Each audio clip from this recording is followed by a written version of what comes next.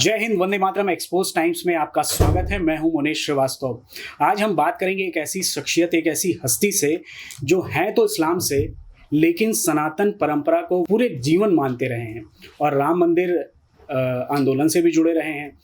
एक मुस्लिम होकर वो राम मंदिर आंदोलन से क्यों जुड़े, कैसे जुड़े, ऐसे कई सवाल हैं। वो कॉमर्शियल पायलट रहे हैं। पेरिस के शारवान यूनिवर्सिटी से उन्होंने पीएचडी की है और हिंदुत्व के लिए बहुत बड़ा काम कर रहे हैं। और उनसे हम जानेंगे कि वो इस्लाम से जुड़े होकर कैसे हिंदुत्व के प्रचार प्रसार और उसको आगे बढ़ाने में लगे हुए हैं, क्या कारण रहा है। इन सारे सवालों का हम जवाब उन्हीं से जानेंगे। सर, आपका बहुत बहुत स्वागत है एक्सपोज टाइम्स में। सर, आप इस्लाम से जुड़े हुए हैं, आपका परिचय भी इस्लाम से है, लेकिन आप हिंदू सनातन संस्कृति को मानते हैं, आपके घर में उसकी प्रैक्टिस होती है। ऐसा क्या घटनाक्रम है जिससे आप सनातन संस्कृति को पसंद करते हैं और उसको फॉलो करते हैं? पहली बात मैं आपको एक कहना चाहूँगा, शब्द हुआ वापस लिए घटनाक्रम। जी। आस्था के लिए कोई घटनाक्रम नहीं होता जी। और कोई समय निर्धारित नहीं होता। जी। मेरा बचपन, मेरी जवानी और मेरे माता जी की खासकर देवी, पिताजी का देहांत हुआ 5 साल का था, वो भारतीय संस्कृति, भारतीयता। और जब भारतीय संस्कृति की बात करते हैं तो सनातन आता है। बिल्कुल।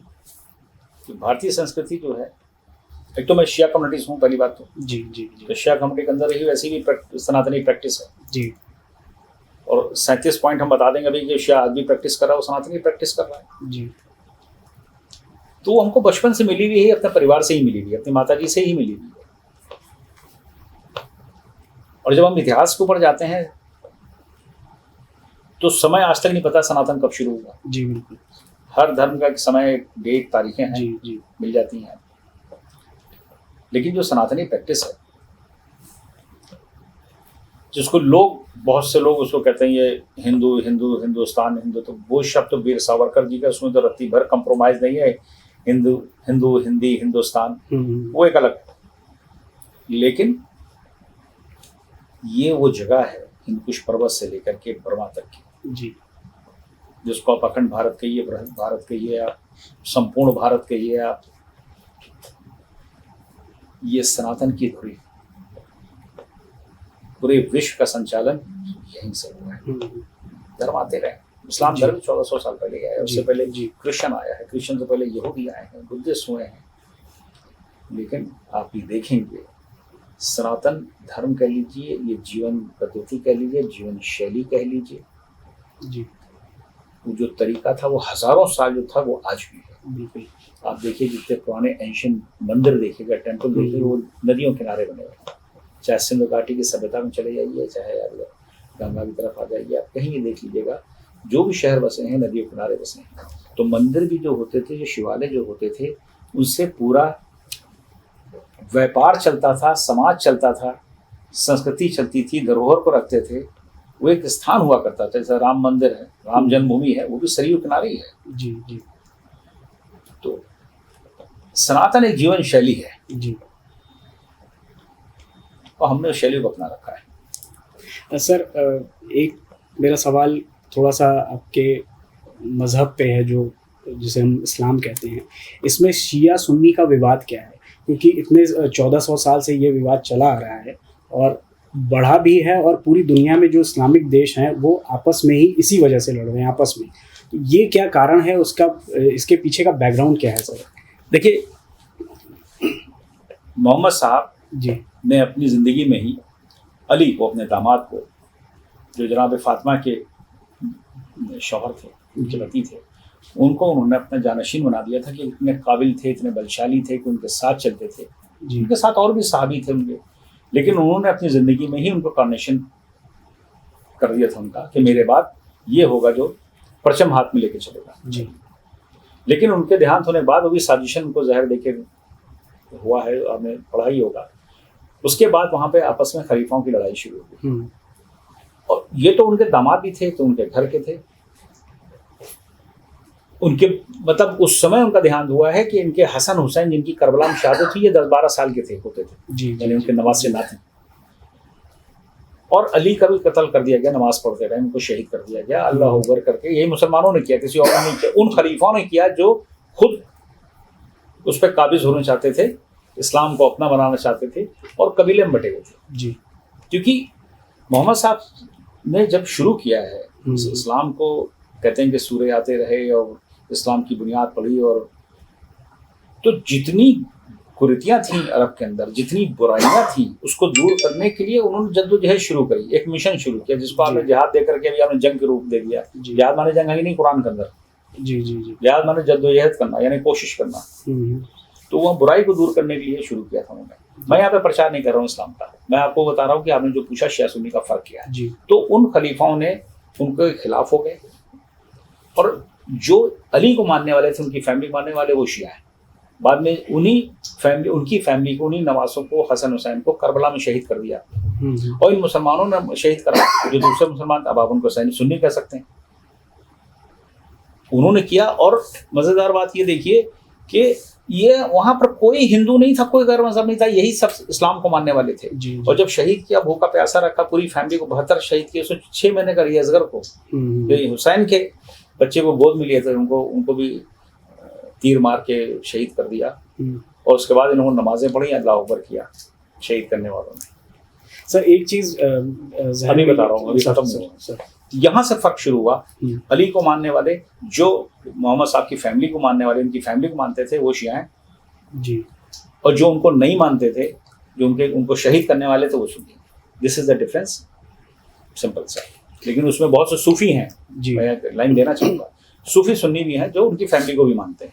वो उनके खातों में नहीं अपने को गिनते हैं, कहते हैं नहीं हम इनकी फैमिली के साथ हैं ऐसे सूफी। तो सर सुन्नी भी तो मोहम्मद साहब को मानते हैं, और जैसे शिया सुन्नी का जो शुरुआत हुई, इसके पहले इस्लाम नहीं था या मोहम्मद साहब के पहले इस्लाम नहीं था, तो फिर वो किस धर्म के अनुयायी थे? ये यहूदी भी थे उसके अंदर। जी जी। आप देखिए तो बहुत से लोग नहीं जानते हैं, यहूदी में नमाज पढ़ता है, आपको शायद ये नहीं पता है। जी नहीं पता, मैं बता रहा हूँ सर। ये कुरान वाला नमाज है या वैसी नमाज है? मिलती नमाज है, बस सूरे अलग है, श्लोक अलग है जी। नमाज का उठना बैठना बिल्कुल यहूदियों को वैसी ही है। 5 वक्त की नमाज वो लोग पढ़ते थे, अजान उनकी भी होती है एक हाथ से, जो हजरत बिलाल ने दी थी, मोहम्मद साहब ने पहली बार अजान कराई थी अल्लाह अकबर की, तो वो पहले से कर रहे थे यहूदी लोग। और यहूदियों में अभी भी होती है, एक हाथ से कान पे रख करके अजान देते हैं, लेकिन उनका जो बोलते हैं उच्चारण कुछ और है। नमाज की तरतीब ये है, वो रुकू में ही जाते हैं, घुटने पर वो रुकू नहीं जाते हैं, सीधे सजदे में जाते हैं, बैठते हैं, बिल्कुल उसी तरह। नमाज में कोई फर्क नहीं है, हाथ बांध के खड़े होते हैं जैसे सुन्नी लोग नमाज पढ़ते हैं। यहूदियों में कोई फर्क नहीं है, वो नमाज भी उनकी भी वही से है, बस उनके सूरे अलग हैं। वो जिब्राइल को मानते हैं, हज़रत जिब्राइल को, इनको मानने वाले मोहम्मद साहब को मानते हैं, ये फ़र्क है। बाकी मोहम्मद साहब भी उधर ही नमाज पढ़ते थे पहले, बैतुल मुक़द्दस जिसको आप कहते हो, मस्जिद अल अक़सा जो इजराइल के अंदर है, बाद में मक्के की तरफ नमाज पढ़ने लगे। सर मेरा अगला सवाल तालिबान से जुड़ा हुआ है। बताइए। तालिबान को लेके जो इस्लाम का एक कहते हैं तस्वीर जो सामने आई है, वो उसको आप कैसे देखते हैं? ऐसा है, असुर होता था ना पहले जी। तालिबान में असुर में कोई फर्क नहीं है। झुरझुरी आती है शरीर को देख करके, जब औरतों के ऊपर भरी बदार के अंदर तलवार चला रहे होते हैं, उनको कोड़ों से मार रहे होते हैं, इस्लाम में कहीं नहीं है। ये इस्लामों के जैसे होता नहीं कि धर्म युद्ध हुए बहुत, कहीं देवताओं असुर के हुए नहीं हुए, बिल्कुल समुद्र मंथन भी किया गया, ये उसी का पार्ट है। ये असुर हैं, ये बद से बदतर हैं। तालिबान इंतहा खत्म कर दी है इन लोगों ने, किलर हैं, क्रिमिनल माइंडेड हैं ये लोग। काहे का तालिबान? आप औरतों के साथ कैसी बदसलूकी करते हो, बच्चों के साथ क्या बदसलूकी करते हो, इंसान की कोई कीमत नहीं। आप उठा के सीधे गर्दन उसी काटते हो, गिरा करके जानवर की तरह उसकी गर्दन काटते हो। ये इंसान हो ही नहीं सकते ना जी, ये इंसान हो ही नहीं सकते। और इनको जो ये सरकार बनी है, ये तो बहुत बड़ा पॉलिटिकल गेम हुआ है कि अमेरिका सपोर्ट कर रहा, नहीं कर रहा, अचानक हथियार छोड़ के चला गया, क्यों चला गया, पाकिस्तान का क्या रोल है, चाइना सपोर्ट कर रहा है, ईरान के साथ सपोर्ट कर रहा है, तो इसके पीछे बहुत बड़ा खेल है। जी। तालिबान। लेकिन तालिबान खतरा हमारे लिए सबसे ज़्यादा है, क्योंकि कुछ हमने वर्ग देखे हैं भारत के अंदर जो मुस्लिम वर्ग है जो तालिबान के आने से बड़ा खुश हुआ है। जी बिल्कुल बिल्कुल। वो नदवे के लखनऊ के जो प्रिंसिपल साहब हैं तो उन्होंने भी कह दिया था बहुत अच्छे हैं इन्होंने, तालिबान ने जंग जीती। क्या जंग जीती? लड़ाई कहाँ लड़ी? रेगुलर आर्मी कहाँ है? वो तो एक तय था, वो छोड़ के चले गए, वरना इतने हथियार, इतने ट्रेन अमेरिकन ट्रेन जिनको सोल्जर को किया अफगानिस्तान का, ऐसे कैसे हथियार रखे जाएंगे? जरूर कुछ अंतर्राष्ट्रीय स्तर के ऊपर की एक सांठगांठ हुई है या सौदा हुआ है। लेकिन तालिबान एक नासूर है, एक जहर है, और हमारे हिंदुस्तानियों के लिए भारत उसको जितना दूर रखा जाए उतना अच्छा है। सर, जो तालिबान और पाकिस्तान का गठजोड़ है वो भारत के लिए कितना खतरनाक है और पाकिस्तान के लिए खुद कितना खतरनाक है? पाकिस्तान जाए चूल्हे भाड़ में जी। पैदा करने वाले अपने क्या मशरूमिंग, उनके तो सेमिनरी चलती हैं जो टेररिस्ट बनाती हैं, किस मुंह से बात करते हैं? पाकिस्तान के लाहौर का इलाका हो चाहे पेशावर का इलाका, तो वहाँ तो टेररिस्ट ऑर्गेनाइजेशन चलती है, वहाँ तो स्कूल मदरसे चलते हैं टेररिस्ट के नाम पे। कसाब तो वहीं से आया था जी। तो उन पे क्या फर्क पड़ता है? उनको क्या नुकसान होना? वो तो एक ही थैली के चट्टे बट्टे, नुकसान तो हमको होगा राहत भर। लेकिन हमारे क्या से जवाब दिया जाएगा बेफिटिंग? हमारे क्या वार्निंग दी गई है तालिबान को? जी। भारत सरकार ने भी डायरेक्टली कह दिया ये वो नहीं चलेगा हमारे साथ।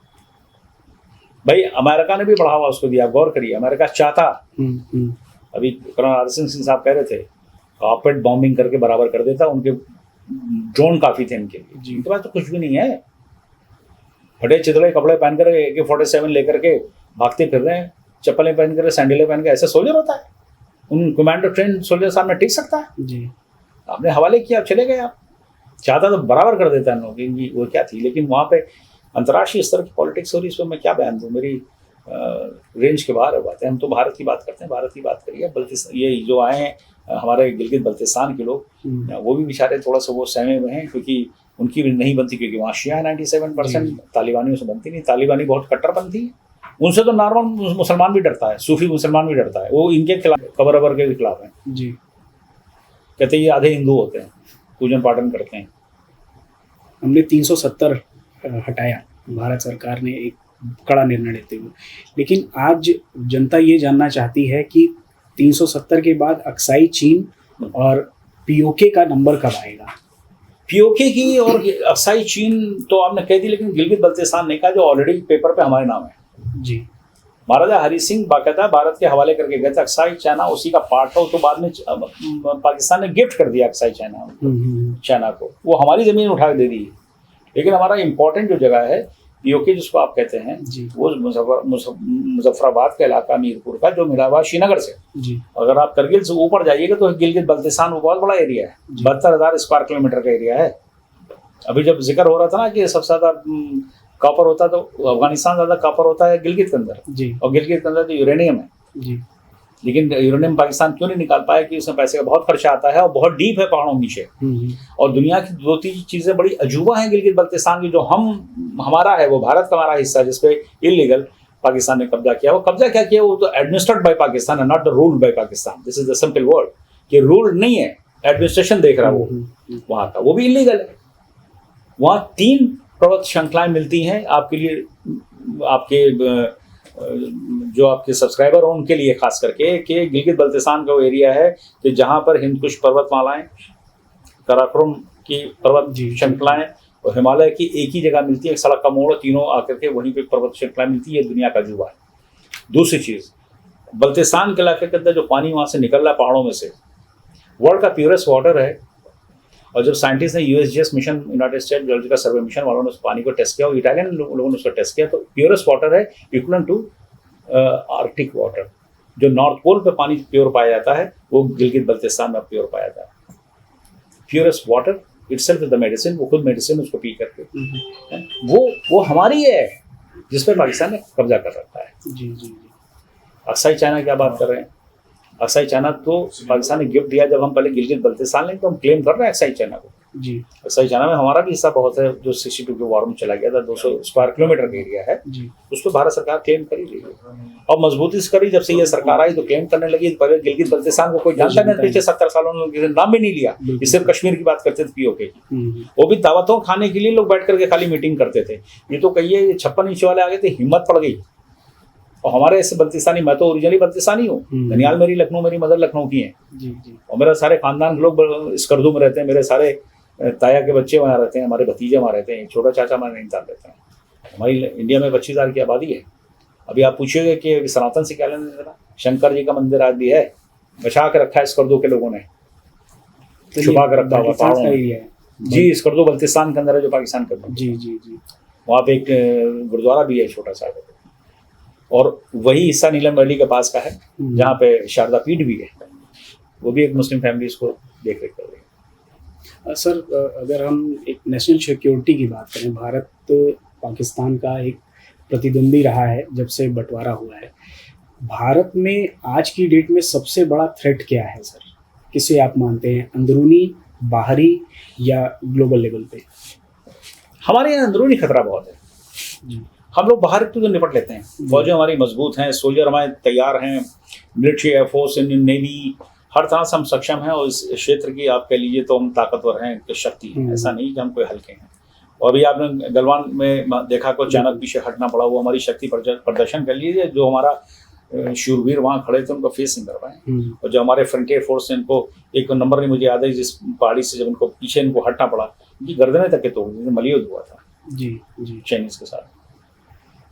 तो हमको डर है अंदरूनी। बहुत सारी ऑर्गेनाइजेशन है, बहुत से स्लीपिंग सेल बने हुए हैं, बहुत से, रोज आप देखिए अखबार पढ़िए, आप टीवी देखिएगा तो टेररिस्ट पकड़े जा रहे हैं, स्लीपिंग सेल, इनको बाहर से फंड आता है। कुछ ऐसी ऑर्गेनाइजेशन है जो उनको कहीं ना कहीं से बैक करती रहती हैं। अब जितना भी टेररिस्ट पकड़े जाते हैं, चाहे पाकिस्तान के अंदर टेररिस्ट हो, चाहे वो भी देखिए हक्कानी ग्रुप के अंदर कई लोग हैं जो मौलाना मसूद अजहर कह लीजिए, जितने भी कह लीजिए, वो कहीं ना कहीं देवबंद से जुड़े हैं। वो आपके जी जी जी, जो सहारनपुर का देवबंद है वहीं से जुड़े हैं। तो गवर्नमेंट को तो इसको देखना चाहिए, चेक लगाना चाहिए। अब केरला से क्या मतलब था कि हम तो समझते थे साउथ इंडिया में इतने कट्टरपंथ नहीं होगा, लेकिन वहाँ केरला से निकल गए, आईसिस गया, ज्वाइन किया केरला वालों ने। उत्तर भारत के तो नहीं गए, उसमें गए होंगे, मुझे नहीं इतना पता, लेकिन ये मैं जानता हूँ, मेरे इंटरनल सिक्योरिटी, वो हमारे विपिन रावत साहब जो हमारे CDS हैं, और उनका एक बयान आया था आज से 2 साल पहले, उन्होंने कहा था कि हम 2.5 युद्ध लड़ रहे हैं। 2 तो हमारे, एक उत्तर भारत, उत्तर के सीमा पर, एक हमारे पश्चिम सीमा पर, लेकिन आधा युद्ध जो हम अपने अंदर ही लड़ रहे हैं। तो हम अपने दुश्मन को पहचानते नहीं है। मजेदार बात है कि हम दुश्मन को जानते नहीं, सामने होने के बावजूद भी वो ज्यादा खतरनाक है। जी सर, ऐसे युद्ध से निपटने के लिए क्या करना चाहिए भारत को, भारत की जनता को? कल की आपने स्पीच देखी कि पुष्पेंद्र कुलशेखर जी ने भी बात कही, colonel RSN Singh, GD Bakshi साहब ने भी बात कही, खुल के कही है कि भाई हमको अपने आसपास देखना है, आंखें खोल कर रखना हर नागरिक को कि हमारे क्या आसपास हो रहा है, क्या हैपनिंग्स हो रही हैं, उस पर नजर रखनी है आपको। बात एक और है कि हर मुसलमान भी टेररिस्ट नहीं हो सकता है जी, लेकिन हमारे यहाँ जयचंद भी हैं जी, बिल्कुल बिल्कुल। वो चाहे नक्सलाइट के शेप में हो, चाहे कम्युनिज्म के शेप में हो, वो भी हैं जी। उन पर भी नजर रखें। अर्बन नक्सल क्या कहा गया, शब्द क्यों आया था कि उनको सपोर्ट हो रही थी, पढ़े लिखे हैं, हिंदू हैं वो बात करते करते और कहाँ पे खड़े हो जाते हैं, वो देश के खिलाफ खड़े हो जाते हैं, सरकार के खिलाफ खड़े हो जाते हैं। बिल्कुल सर, आप माननीय प्रधानमंत्री का विरोध करते करते आप देशद्रोही के शब्द इस्तेमाल करने लगते हैं, आप भूल जाते हैं आप हो क्या। कहने को आप हिंदू हो, मुसलमान तो ठप्पा ही लगा, छोड़ दीजिए। मैं मुसलमान में खास फिरका हो सकता है। सर आपका बहुत बहुत धन्यवाद। बहुत बहुत धन्यवाद आपका। वंदे मातरम। तो हम बात कर रहे थे डॉक्टर सिकंदर रेवजी साहब से, बड़े ही साफ शब्दों में जाना कि हमारे देश के लिए क्या खतरा है, हमारे धर्म के लिए क्या खतरा है और किस तरीके से हम इससे निजात पा सकते हैं। तो मिलते हैं अगली हस्ती के साथ, तब तक के लिए धन्यवाद, नमस्कार, जय हिंद।